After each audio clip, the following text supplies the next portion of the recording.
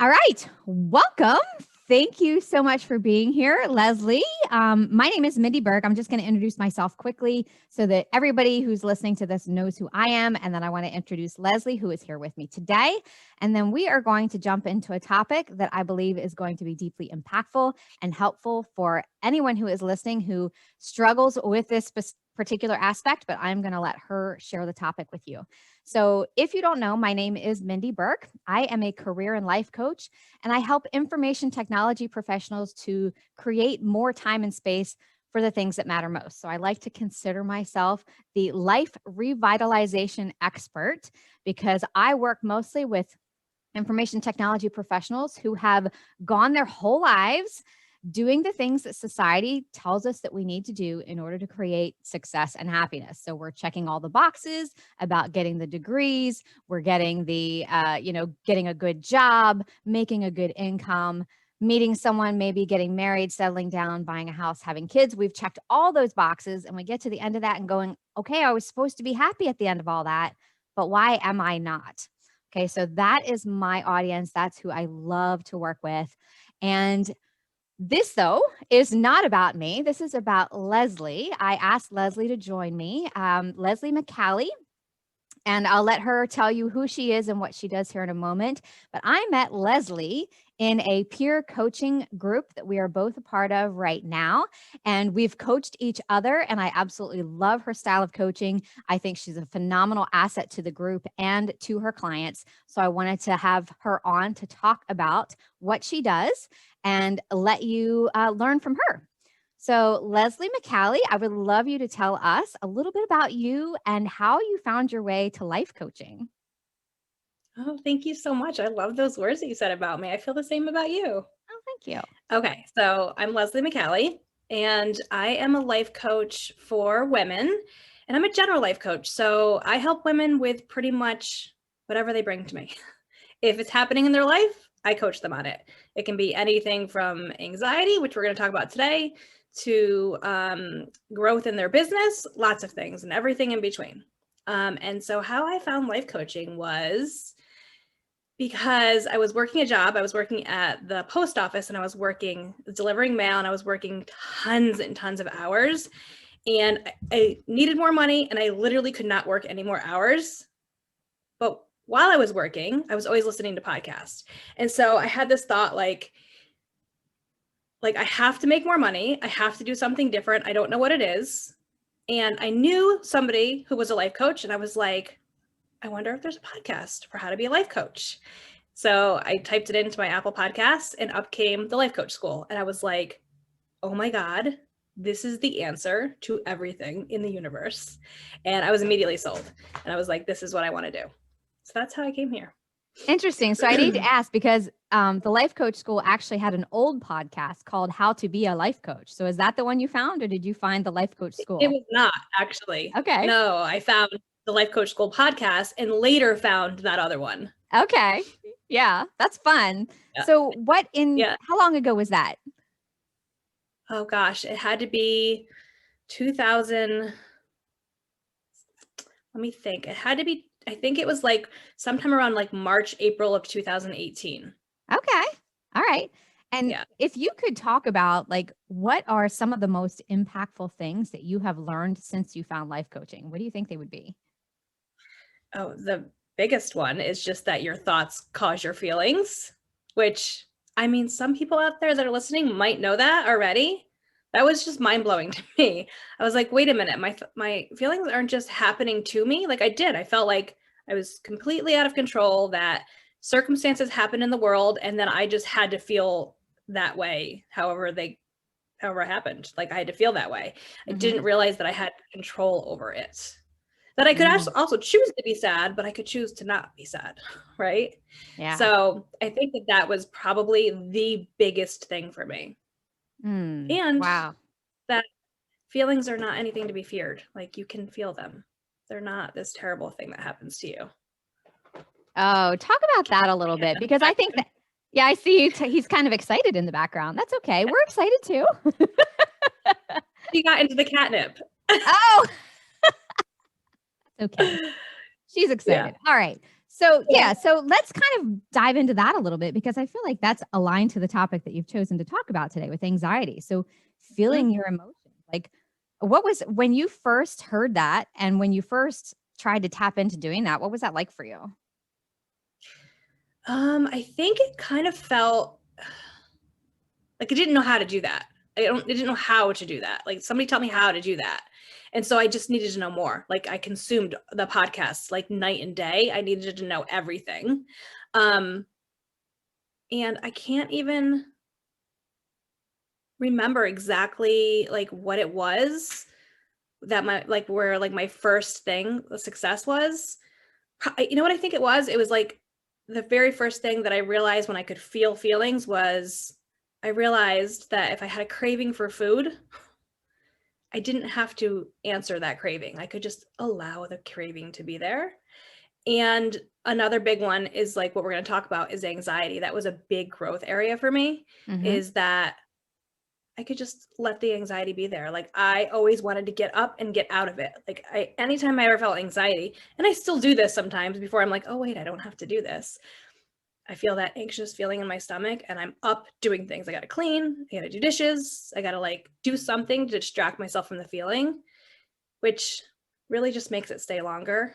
Mm. And I think I learned that I could just let it be there. It's not a problem.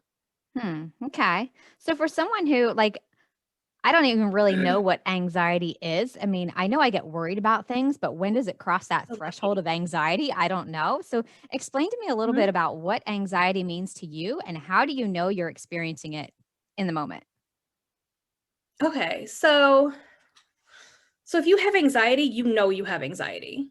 But Okay. for those people that don't know what anxiety is, I think it feels a little bit different for everybody, but it's like maybe how I would explain it is amplified worry. Okay. And it causes intense sensations in your body. And it's like for me, it's like this vibration, this uneasiness in my stomach. If we're talking about exactly what it feels like, and I have it, sometimes I have it all day long. It's okay. It just Hmm. happens. Okay. So it's like But a I'm sorry? it's excessive worry. That's how I would describe it. Excessive worry. Okay. So you said people who have anxiety know they have anxiety. Oh Like yeah. interesting. Okay. This is What just would you as fascinating to me that you don't know what Yeah, anxiety feels I'm like like. totally fascinated. That's Okay, so amazing. So explain to me what in your mind, in your definition, what's the Yeah. difference between you said worry and excessive worry? Like where like how do you determine Hmm. how excessive it is? Like Where the line is? Okay. So, well, you know what? Let's actually talk about, because like anxiety is it's okay. Let me try to think how to describe this. Like our brains have like one main job to keep us alive, right? okay. And anxiety is just one of the ways it does that. So, like back in the caveman days when we were on the lookout for lions, like if you felt chill and laid back, you probably weren't going to live very long. Right? So it's there for a purpose. It's there to like release chemicals and adrenaline in your body so that your senses kind of get heightened Mhm. and you can go into fight or flight mode if you need to be. Right? So Okay. it's there for a reason. It's just that most of us aren't encountering lions nowadays. Most Mhm. of us that experience anxiety are experiencing it over like our boss being mad at us at work, or going into a room full of people you don't know, or um, an email that you have to write. Like there's lots of things. It's the same thing that's happening in your brain that happened when your brain was on the lookout for lions. So it's not a problem. We just have to manage it because it doesn't, we don't need it for the same reasons we needed it. I think that like our our brains just haven't evolved the way our society has. It Yeah. has to catch up. Okay, so I love the way you reframe that about what anxiety is. Anxiety Mm-hmm. keeps me alive. is what you said. Yeah, that's the purpose of it. Yeah. And I've heard a lot of people, friends or colleagues or whatever, talk about anxiety in a way that it's like debilitating. It's awful. It's something to be feared or run away from or resisted. Um, Interesting. And for those out there who are like deathly afraid of this anxiety or like resisting feeling this anxiety, what would it be that you would share with them about what you have learned? Well, that's the one main thing, is that your brain's working exactly like it was designed to work. Like nothing has gone wrong. So try to stop the judgment of yourself. Like you're not broken. You're working perfectly, right? And I do have like a couple of tools that I kind of like work with my clients on when they come to me with anxiety, because as you know, as a coach, you tend to attract people that have the same things as you going on. And Mm-hmm. I do experience anxiety. So I attract those kind of clients. So I do work with people that have anxiety. And there's two things. One, you have to deal with the actual feeling of anxiety. And then the other one is that you have to kind of deep dive into the thoughts that are causing your anxiety, which we touched on earlier. Excuse me. Mm-hmm. Because so many of us think that the situation is what is causing our anxiety, Mm-hmm. but it's really your thoughts about that situation that are causing your anxiety. But the first thing before you even deep dive into your thoughts is to just know that you can just let the anxiety be there, because it's just a feeling, and all a feeling is sensations in your body. Like, but we fear it so much. We're like, you feel that anxiety coming on and you get like tense, and you make the anxiety worse because you don't want it there. But like when your foot falls asleep and you have pins and needles and that numbness, that's just a sensation in your body. None of us are afraid of feeling that. Anxiety can be the exact same way. You can just like let it be there. And the way that I tell people to kind of do that, I'm sorry, can you hear that? I do. That's okay. Yeah, that was my mom calling. I haven't figured out how to get rid of my notifications on my computer. So if anybody watching knows how to do that, please let me know. It like mirrors my phone, except that I have it muted on my phone. So whatever.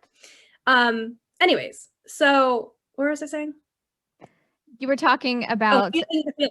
Yeah, okay. Right. So your feelings, like it's just like noticing the sensation of like pins and needles when your foot falls asleep. Yeah. It's the same thing. You just kind of notice how it feels in your body. So the way that I do that is just to ask myself some questions, like kind of like if you've ever done like a body scan meditation, and you just kind of take your attention into your body and you just kind of ask yourself, like, where is it in my body? Is it moving? Is it like solid? Is it like more like a gas, like a smoke, or like a fog? Like what color is it? So for me, I have like 2 levels of anxiety that I experience. The lower level is just kind of like this like tingling, I guess, in my stomach. It's like an uneasy feeling and kind of moves a little bit. And then I have some really intense anxiety that feels like a black, hard, dense rock in my chest. But the way I've noticed that is just be able to go into my body and like notice what the sensation feels like. And what this does is, number one, it gives your brain something to do that isn't thinking about the thing that's causing your anxiety. It's not repeating in your head like, oh my God, everyone's going to hate me in this room full of people I don't know. What if I say something stupid? It's like not repeating all those thoughts that are causing the anxiety. It's taking your brain out of those thoughts and giving your brain something to do that's not that. It just allows the feeling to process through your body. So that's like the number one thing. Once you've kind of been able to do that, the other thing too is most of the time, like for me, my anxiety processes right through and I'm done.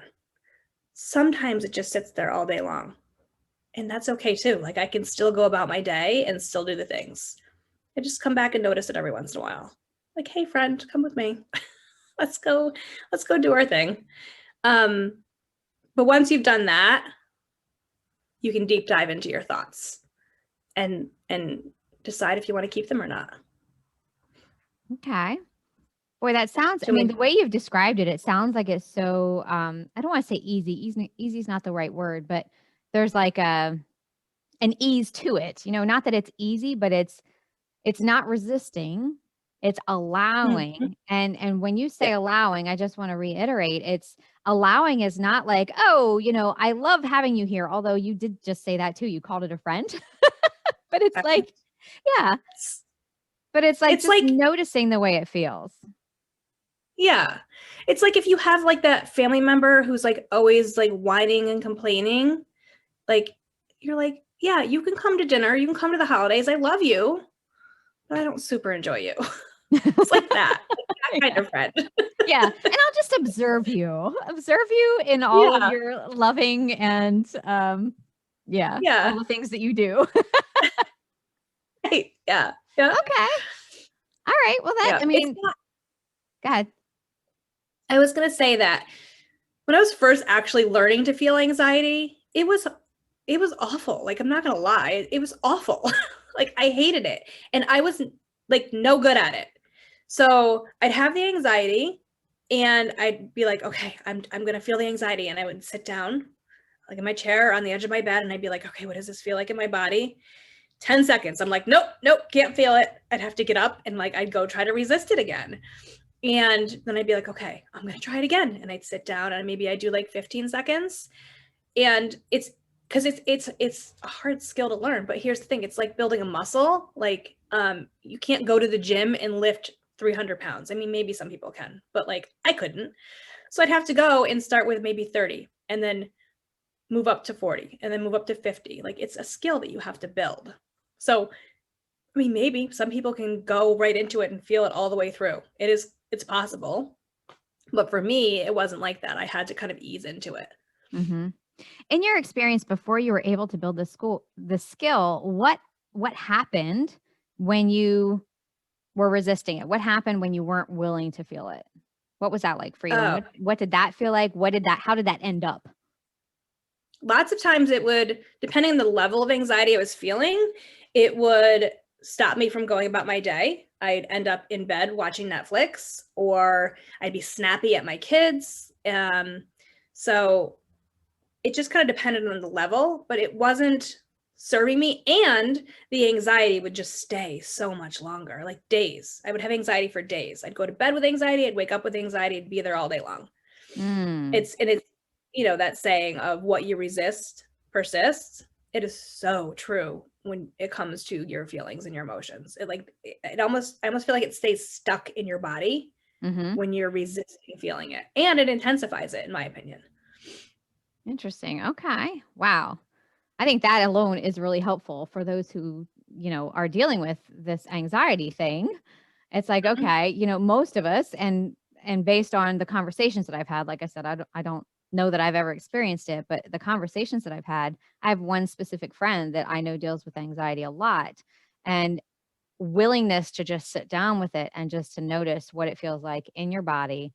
And how long do you do that? I mean, do you do that until you feel like it's gone, or do you how do you know when you're done processing it through? So, like I said, sometimes I can sit there and just allow it to process through and it's gone. And then other days it just kind of stays with me. I was actually just being coached yesterday by one of our mastermind sisters. And I was like, I realized I'm having this anxiety about a certain situation. It's not a situation that I can really change my thoughts about. So I wasn't going to get rid of the anxiety, and I just have to bring it with me. Like, it's a very stressful situation I'm in, and it's not going to feel good. Like, sometimes life doesn't feel good. So it really just depends on the circumstances. And if you want to change your thinking on it, sometimes you can let it process through and it's gone in 15 seconds, 30 seconds, 2 minutes.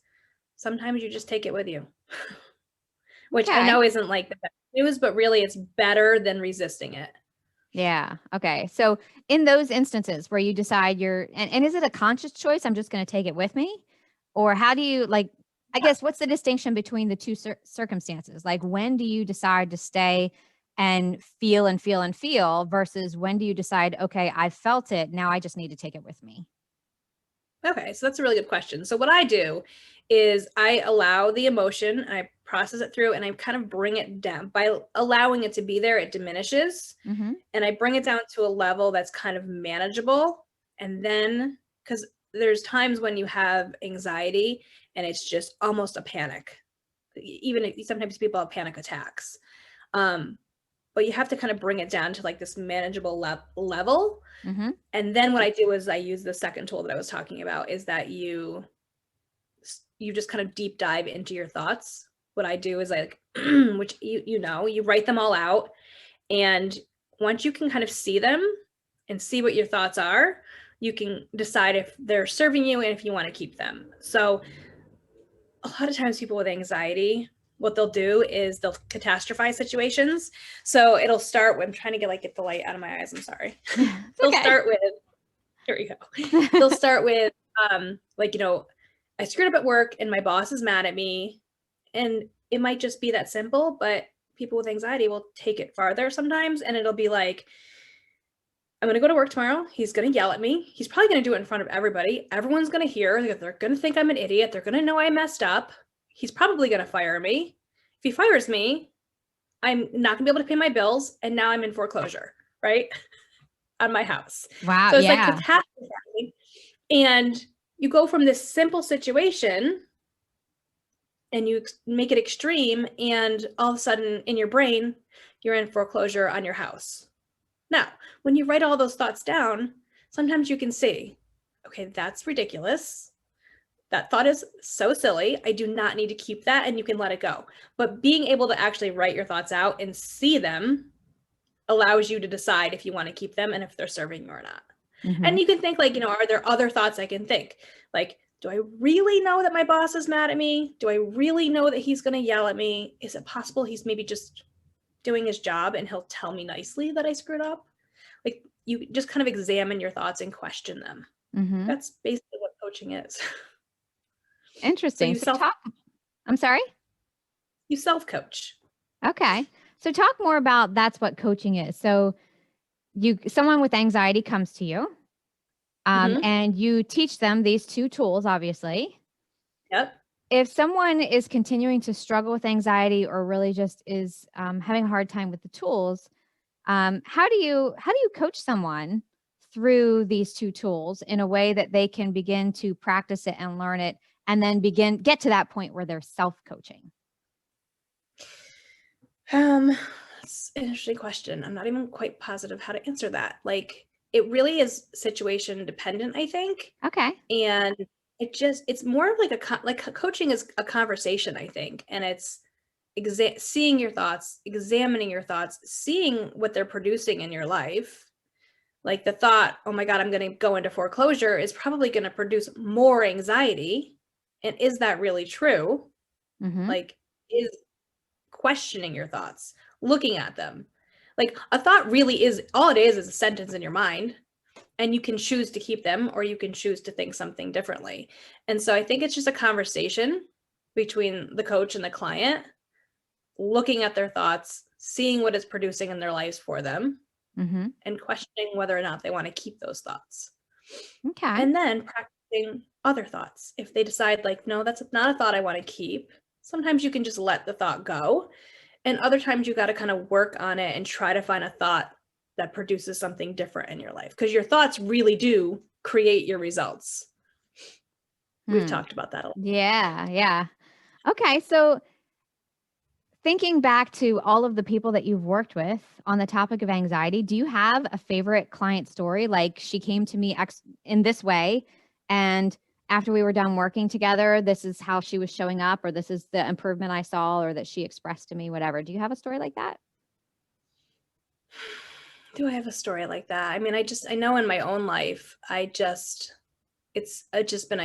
been one of my major areas of growth. So you are your own client. Mm-hmm. I do have people. I have one person in particular that came to me with anxiety, and she has OCD, which is like a whole like another level. Mm-hmm. I actually have OCD too. So I know that you can absolutely, even when you have an actual brain thing that's causing anxiety, you can use these tools and manage it at a reasonable level. So if I can do this, for sure you can do this. It is Yeah. possible. Yeah. Okay. Is there anything about anxiety? I know before we got on the call here, we got started with the recording, we talked about there were a couple things you want to share. I want to make sure that you were able to share everything that you were hoping to share I today. did. Okay. Yeah. Okay. Yeah. So what else? Is there anything else that you'd like to share about your coaching or about what you do? And any favorite client story. Like my favorite thing to do is talk about how a client came to me with this, and Mm. this is where they got at the end, just because I feel like it's really impactful for people to see their own situations in the work that we do. You know what I mean? Mm-hmm. I have like lots of little stories, I guess, but I think my favorite transformation to see, and I see this with all of my clients, little step by step, is to see that moment when they've stopped judging themselves so much and they realize that they're not a victim of things happening to them, that they can control it. They can control their thoughts. I don't know if control is the right word. They can manage their thoughts. Okay. And like when you drop that judgment, I just remember these words that one of my clients said to me, and she sent me a text, and we'd been working together for, I don't know, maybe a month. And she sent me a text and she said, I finally like trust myself to do what I say I'm going to do. Like I know I get chills when I think about it. Yeah, Like, I got chills down my legs when you said it. Yeah. So that's like, it's just, I think coaching is you're working on your relationship with yourself. Even when clients come to you and they're like, I have my husband, blah, blah, blah, blah, blah. And they have like a whole story about their husband. The growth really is working on your relationship with yourself when it comes to like, if you want to cut down on your drinking, if you want to lose weight, or if you want to be better with your time management, it's everything is really about the relationship you have with yourself. So when she said those words to me, like that I feel like I can finally trust myself, that's so huge. When you trust yourself, you say you're going to do something, you just know you're going to do it. Mm. That's huge. It's just amazing to me. Yeah. Yeah. And So so that's my let me favorite ask you, part. I've explained or tried to explain the concept of your thoughts create your results. Your thoughts create your feelings to a couple people throughout, my coaching career. And I've had a couple of people say, oh, that I don't believe that. You know what I mean? Like, my feelings are just something that happens. Like there's nothing I can do about it. Like, how do you help them to understand that, no, it really is your thoughts? Do you have an example? I know you love do. analogies, that kind of thing. What do you do? What do you say to people like that? I have two ways that I explain your thoughts create your feelings. Okay. First, but like if you're thinking that, like, why do you want to think that? Why wouldn't you want to think that you have control over it, right? But two, the two examples I always give, the one that I use the most is that a situation can happen, excuse me, and people have different thoughts about the exact same situation. Well, number one, you can think about politics. Like you can look at the facts and there's two very different thoughts about the facts. Mm-hmm. But that's not what I was going to say. I was going to say, like, if you think about 9/11, like, I don't know if like the Twin Towers. Okay. So that happened. You and I probably have a thought about it that's horrible, but an awful thing to happen. We're sad about that, right? Our thought is that it was awful and it creates a feeling of sadness. Mm-hmm. There are people in the world who think that that was a huge success and they celebrated. Same situation, two different thoughts. Now, you and I don't want to change our thought about that, right? Like we want to be sad about that. But some people have different thoughts that cause different feelings about that. It's not the situation that happened. It's not the facts or the circumstances. It's your thought about it. Mm-hmm. And the other way I explain it is when you think about, let me think of an example. Okay. Like, let's say a spouse is cheating on you. If you don't know the spouse is cheating on you, you don't feel anger. The only way that you can feel anger is if you have awareness of it in order to have a thought about it. So it's not the situation spouse is cheating. It's because you don't know. You can't have a thought about it, so you don't have a feeling. Mm-hmm. It's when it comes into your awareness, then you have a thought about it, which causes the feeling. Those are the two Wow. ways I usually explain like how your thoughts cause your feelings. Oh, that was so good. Thank you so much for sharing that with us, because I think that's a really good example to understand, help people understand how thoughts really do create feelings, and feelings create actions, and actions create results. That's what we're taught. But I think it's helpful for people to understand how that actually shows up in real life. So thank you. All Yeah. right. I So I'm think going to go ahead. I was going to say one more. I think Yeah. when people first hear that, they can judge themselves because they're like, "Oh my God, I'm the reason I'm feeling sad." And I want to just offer that this is actually really good news, because now emotions can stop happening to you and you can start choosing them if you want, or either way. But it's actually good news. So I just wanted to Yes. offer that one. Yes, thank you. I appreciate that, because I'm one of those people who, when I first started learning this, I would, oh, you mean like I'm in charge of everything that hasn't happened the way I want it to happen? That's not a fun thought. Yeah, exactly. Yeah. Oh my gosh. Okay. Is there anything else, Lesley, that you would like to share with everyone before we kind of bring this to a close? Nope, I think that's good. Okay.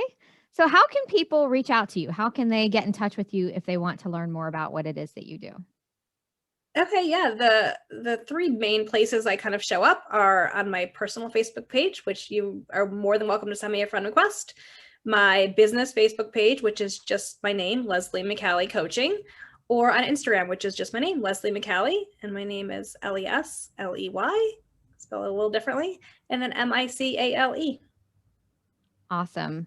I want to thank you so much for coming on and sharing about your experience of anxiety, how you work with, your anxiety and your clients with anxiety, and actually shared some tools so that people can actually, whoever's experiencing anxiety can actually take those tools and start working with them in advance. So thank you so much.